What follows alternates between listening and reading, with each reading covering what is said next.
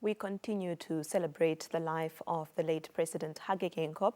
Now, South African President Cyril Ramaphosa described late President Geingob as a towering veteran of Namibia's liberation from colonialism and apartheid.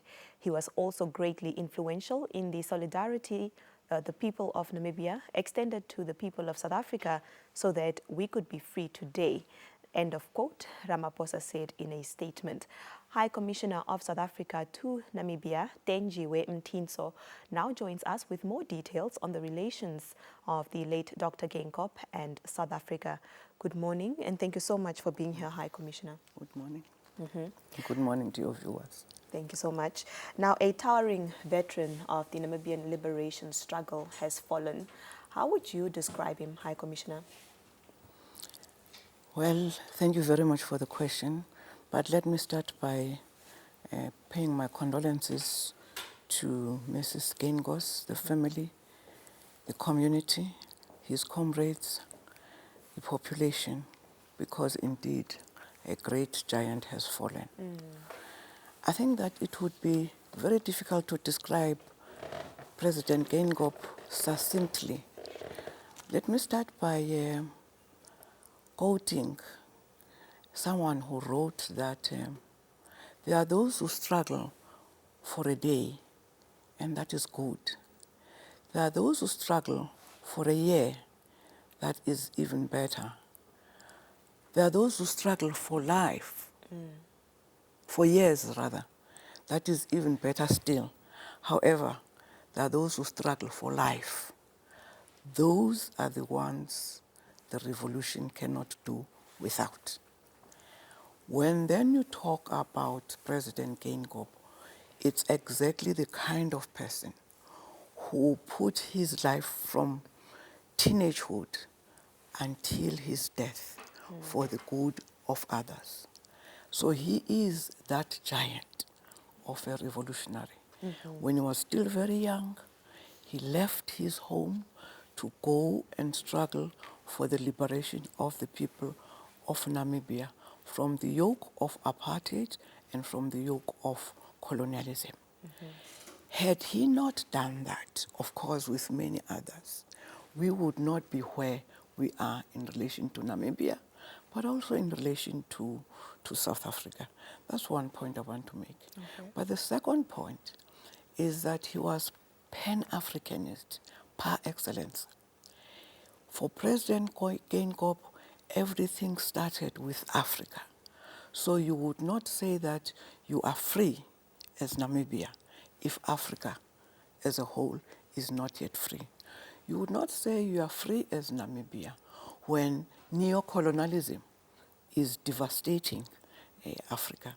So that Pan-Africanism was driving him. He had this passion and he had agency about ensuring that Africa is really free, not only politically in terms of we have flags, but economically. And in that, he was sure that one of the ways, like Mandela did, one of the ways is to educate the African child. Leave no child behind, girl or boy, because our freedom and development depended on the education of our children. So those are the few things that I would talk about him. Of course, he was a Democrat. Of course, he was the person who passionately committed to openness, transparency, even about his illness. We know that he's one of those few that talked about it. Yes. So that the next person knows. So that thing of you must learn from the next person's life was one of his hallmarks. And of course, one of his other hallmarks that I think we will miss was his ability to say what he thinks at that time. Very brave. That was an indication of bravery. He may sometimes not say it as diplomatically, saying maybe, perhaps, but he was straight on. So you knew where you stood with President Geingob. You know what you're saying, High Commissioner, reminds me of a statement made by the NBC board chairperson on this very platform yesterday, where he indicated that President Geingob left an empty man because he poured his all to us. It is true. It is true. Now, in my introduction, I quoted President Cyril Ramaphosa in his message of condolence, and he said he described President Geingob as a towering veteran of Namibia's liberation from colonialism and apartheid. Yes. Can you please put this into perspective for us, High Commissioner? You know, the relationship between Namibia and South Africa and the history between the two countries starts from the colonial period. And for both peoples, it was the most terrible time under colonialism and under apartheid. President Geingob, with many others, could have chosen not to do anything about it and just survive under that colonialism. But he is one of those who said, no, I'm going to leave my country and go and fight against colonialism. I'm going to fight against apartheid. There is no point in me remaining standing when what is standing is actually a shell, because I'm no one if at all my people are not free.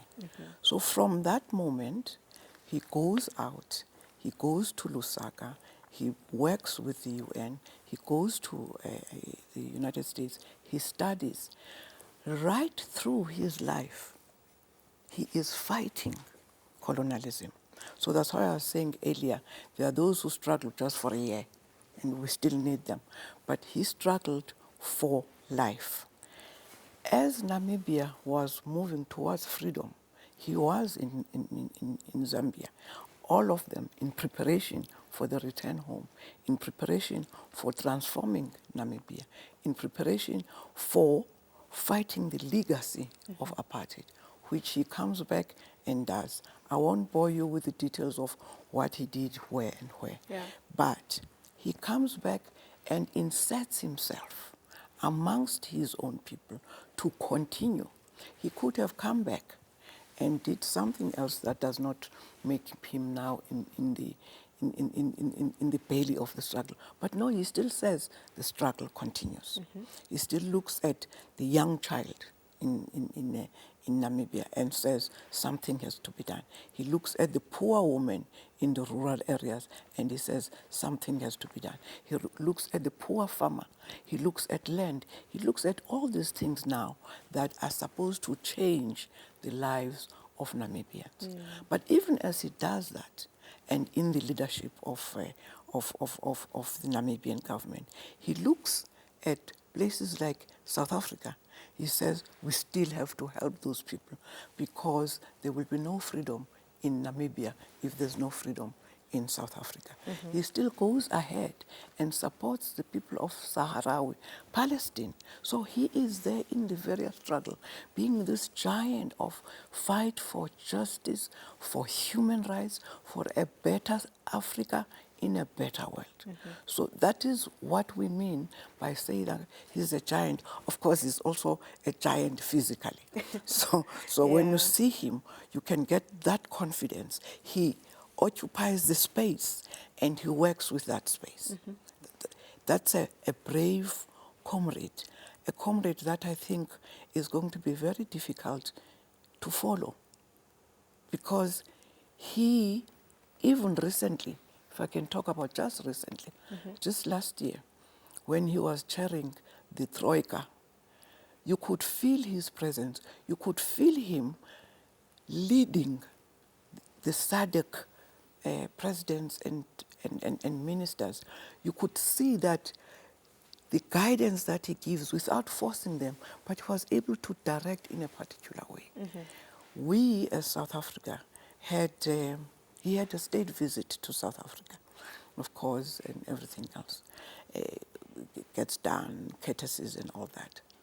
But he takes the South African by surprise, in that the South African cabinet and the ANC, in that he analyzes what is happening in South Africa and gives them guidance on what needs to be done. And of course, he's a statesman from another country. But the fact that he's brave enough to say these are some of the weaknesses that we're facing as a continent, as a region. But this is the role that you as South Africa could be playing. So he emerges as that visionary even beyond Namibia. Yeah. It showed that he cared indeed, speaking on the Pan-Africanist that he truly was. Yes. Looking at some of the diplomatic relationships he had with South Africa, what were some of the agendas that both the presidents of Namibia and the late president of Namibia and the current president of South Africa had targeted that they were perhaps working on? Yes, we had in October last year, here in Namibia, Yes. the visit by President Ramaphosa with a big delegation, including business people. It's what we call binational commission. This binational commission had not sat for quite some time, since 2016. One of the things that President Geingob, and indeed President Ramaphosa himself, was we need to strengthen not just political relations, but trade relations between the two countries. Mm-hmm. Political relations between Namibia and South Africa go as far back as in the 60s, where they were all in the trenches together. And this is why it is easier when Namibians, Namibian government, Namibian people, Namibian parties, when they talk to each other, these are siblings. Yeah. We come from the same mother and father, which is what is our history. We share the same culture. We share the same cuisine. Mm-hmm. We share the same languages. We are one. Yeah. And therefore, there is no need for us as one to be competing with each other. What we need to do is to collaborate with each other, to hold each other. Mm-hmm. One of the difficult parts has been that the trade between Namibia and South Africa is great, but it is in the favor of South Africa, and it is not by mistake. It's historical, and because South Africa is also a big country, big economy, big population, all that. However, President Geingob was saying that we need to trade in such a way that there is balance of trade between the two countries. Mm-hmm. It should not be like now that, for instance, Namibia exports to South Africa close to 30 billion, while Namibia exports from South Africa something like 16 billion. We should look at which are the areas that we could be working with. How can we ensure then that in areas that Namibia is producing, South Africa does not need to produce, but we exchange. We partner in such a way that we can have something that is, for instance, textiles. Mm-hmm. Is produced in South Africa, yes, but it can be processed in Namibia. Yeah. So it will be a joint venture of some sort. And by the time it goes out, it's a Namibia-South Africa product. Mm-hmm. And so those are the things that worried him. But in the last BNC, it was then agreed that we are also going to be forming a business council of the two countries that is going to look strategically which are the exact areas, but not just which are the exact areas, what is it mm-hmm. that can be done by who and by when.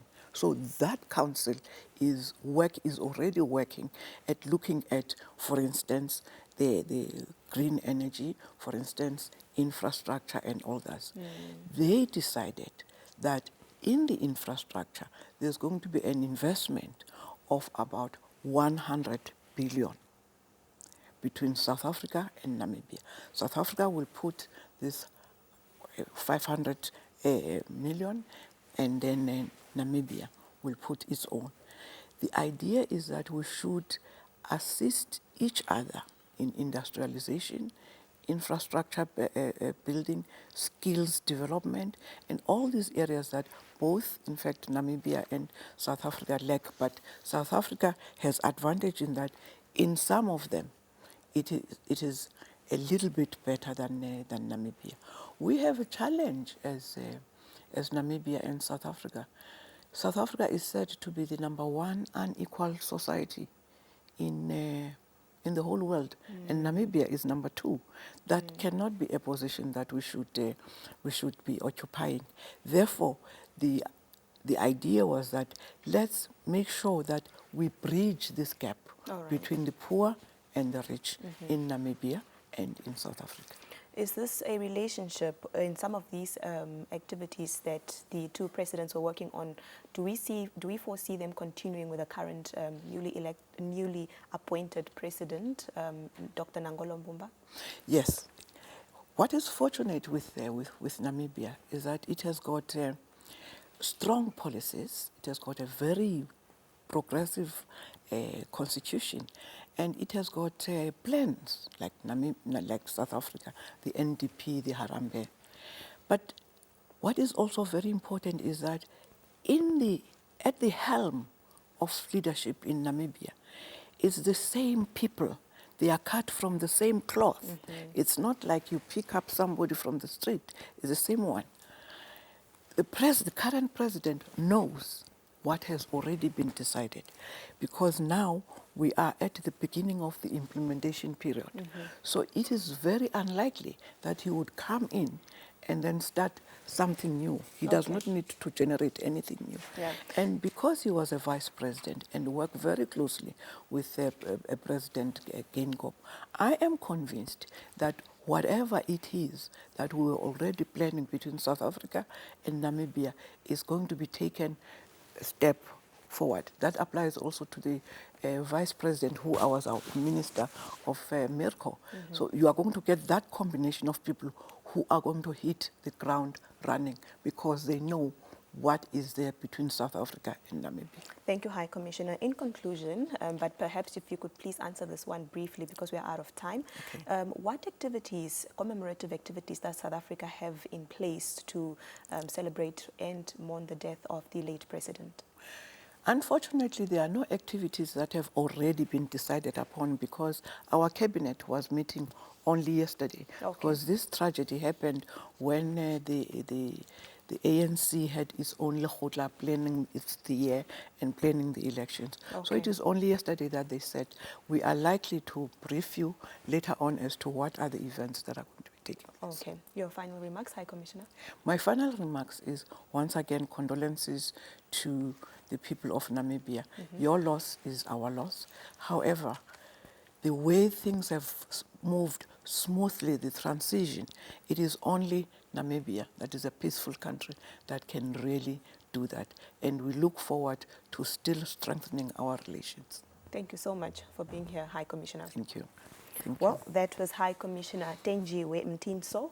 That is the High Commissioner of South Africa to Namibia, and she was talking to us about the relationship between Namibia and South Africa, more specifically with regards to the death of the President Hage Geingob. We'll be back shortly. Stay with us.